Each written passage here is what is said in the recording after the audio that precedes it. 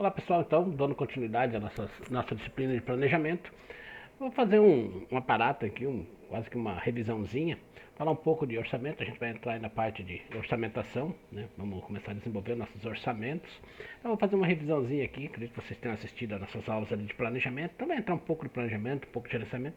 Não dá pra gente falar só em orçamento sem entrar na parte do planejamento e orçamento. Não dá pra gente dizer assim qual vem primeiro, né? O orçamento ou o planejamento. Então você pode orçar a sua casa e fazer o planejamento depois, ou pode planejar ela e depois orçar. Então, mas precisa-se os dois. O gerenciamento já é mais a parte de você gerenciar a obra, fazer a gestão dela. Ok? Então, vamos dar início à nossa aula aqui, falando um pouco sobre orçamentos. Então, primeiro passo, né, a gente tem ali a parte de orçamento de obra. O que seria um orçamento, né? Então nós temos o planejamento, o orçamento e o gerenciamento de obras. A gente vai ver essas três partes e falar um pouco também sobre a parte do acompanhamento de obra, que é uma outra questão que a gente também discute muito. A gente vai ver isso no decorrer das apresentações aqui. Então, o que seria o orçamento? Você já viu, né? O orçamento de obra é um documento obtido através da orçamentação que visa determinar ali os gastos para a execução de uma obra. Engloba tudo, os custos, desde a concepção da edificação até o momento que que a construção é totalmente finalizada. Então o orçamento ele vai te dar o valor, né, da obra, quanto vai custar. E no final você pode fazer ali umas build do orçamento e ver realmente quanto custou. Geralmente o orçamento, né, a gente só fala assim, sempre estoura, o orçamento sempre falha, né? O orçamento ele precisa ser preciso, né? Ele não vai ser exato. Então o orçamento de obra ele não pode ser pensado como uma simples planilha com números, né, listas e formas. Todo processo ele deve ser registrado por princípios de orçamentação. Ou seja, né, os métodos de obtenção do orçamento final, já que se trata aí de uma previsão, ele acaba englobando uma margem de defasagem, né, a diferença entre os valores obtidos para cada item e o valor real durante a execução do projeto. Então é comum o orçamento ele não ser preciso, ele não ser exato. Você calcula ali que a casa vai custar aí R$ 122.345.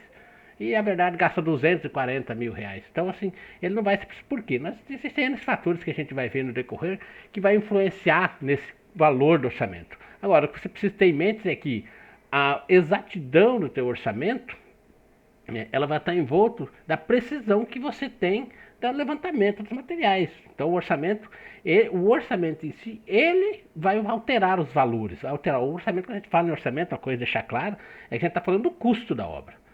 Não estamos falando da quantidade de material. Quando a gente fala assim, o orçamento estourou, ele pode ter estourado por questão de valor.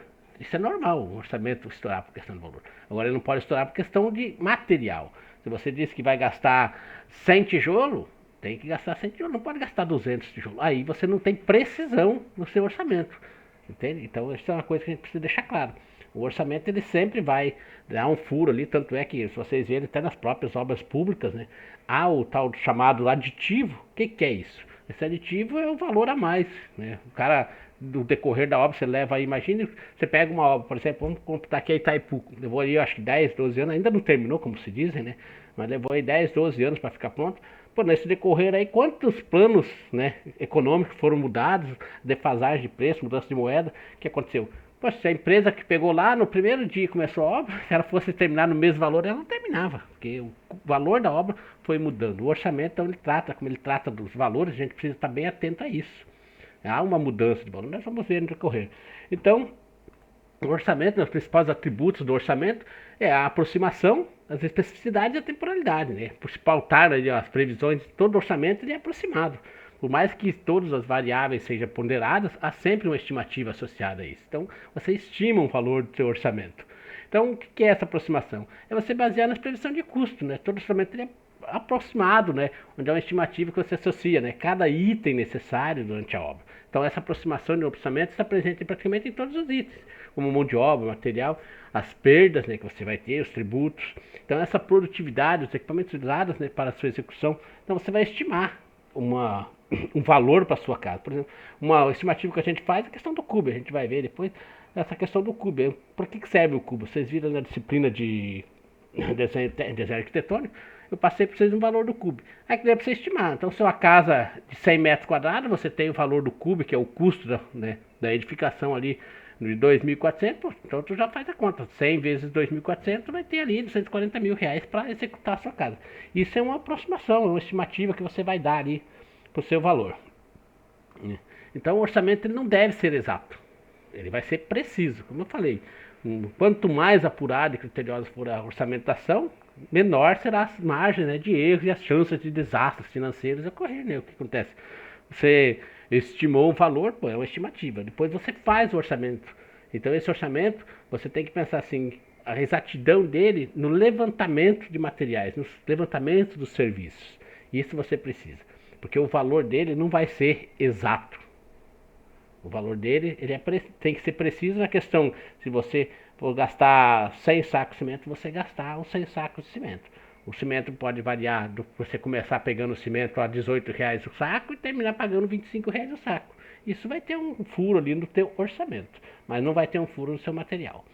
Então, a especificidade, né? O orçamento deve ser sempre visto como um documento personalizado e único, sem validade, né, aplicável para um outro projeto. Mesmo que o orçamentista se baseie em obras anteriores para elaborar um próximo orçamento, sempre será necessário você fazer as adaptações. Então não é. Então, para cada obra você vai ter um orçamento diferente. Não dá para fazer, eu fiz esta casa, agora vou fazer a mesma aqui. Não, até mesmo você pode pensar assim, e essas casinhas de conjunto habitacional que são todas iguais? Poxa, a casa é igual, mas muitas vezes o terreno onde está sendo executado não é. Então ali já precisa, né, fazer alguma alteração nesse orçamento. Então o orçamento ele vai ser adaptável ali, né, a essa outra edificação. Você pode, o volume de parede é o mesmo. Outra coisa que acontece, muitas vezes a mão de obra que executa, né, você tem essa questão, né, a mão de obra que executa o serviço não é a mesma. Por exemplo, para vocês terem uma ideia, eu fiz duas casas idênticas aqui em Medianeira. Quer dizer, uma aqui em Medianeira e uma em São Miguel.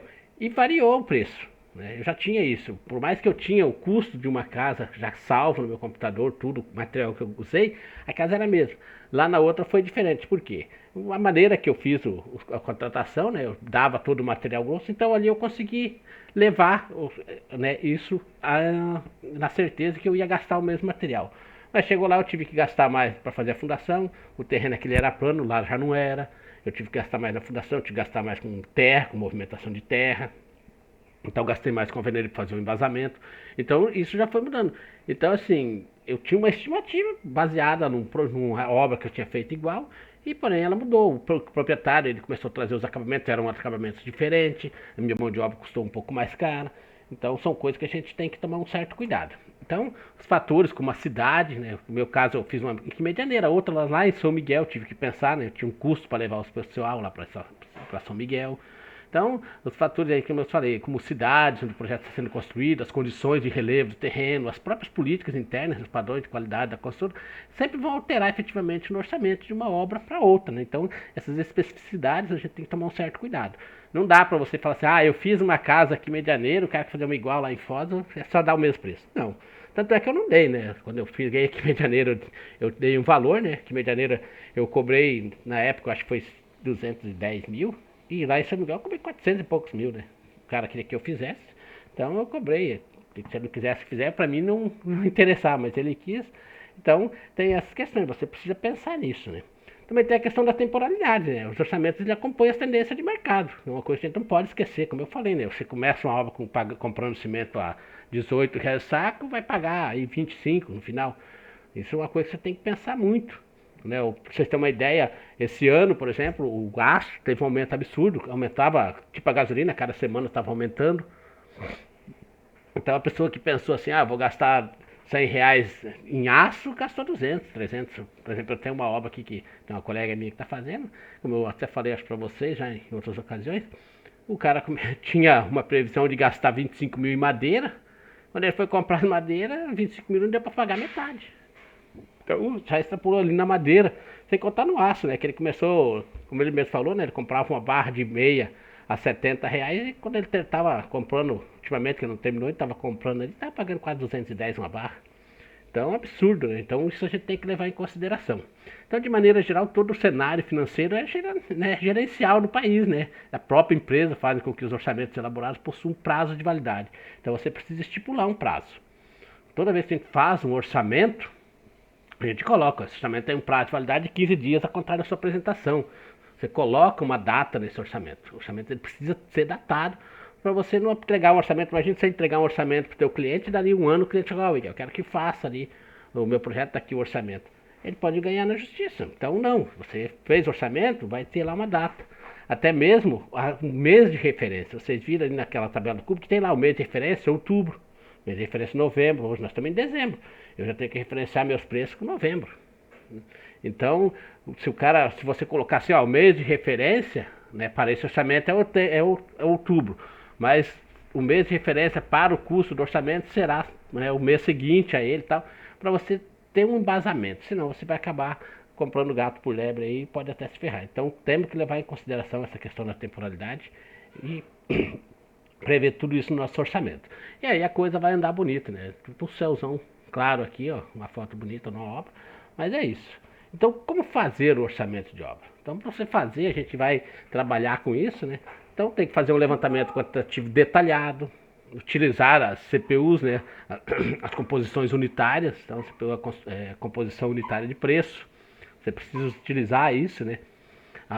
E contatar os seus fornecedores, está sempre com uma tabela atualizada, com valores atualizados, para você conseguir melhores preços, conseguir o preço do dia. Não adianta você dar um preço hoje e amanhã você for comprar ser outro. Então, é uma coisa que a gente tem que tomar um certo cuidado, né? Realizar as cotações de custos diretos e indiretos, né? Você precisa fazer isso, uma coisa que a gente vai ver, essa questão dos custos diretos e indiretos. Considerar os impostos e as taxas que você vai ter. E o BDI, né? O cálculo do BDI é fundamental também para o orçamento, né? Muitas empresas não levam isso muito a sério, né?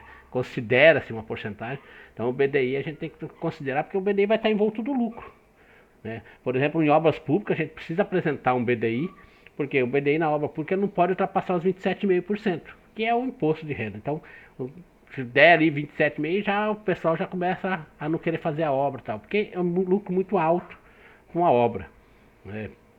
Então tem essas questões. Então a gente sempre tem que diferenciar a obra pública das obras privadas, porque a obra pública ela funciona de uma maneira e a privada de outra.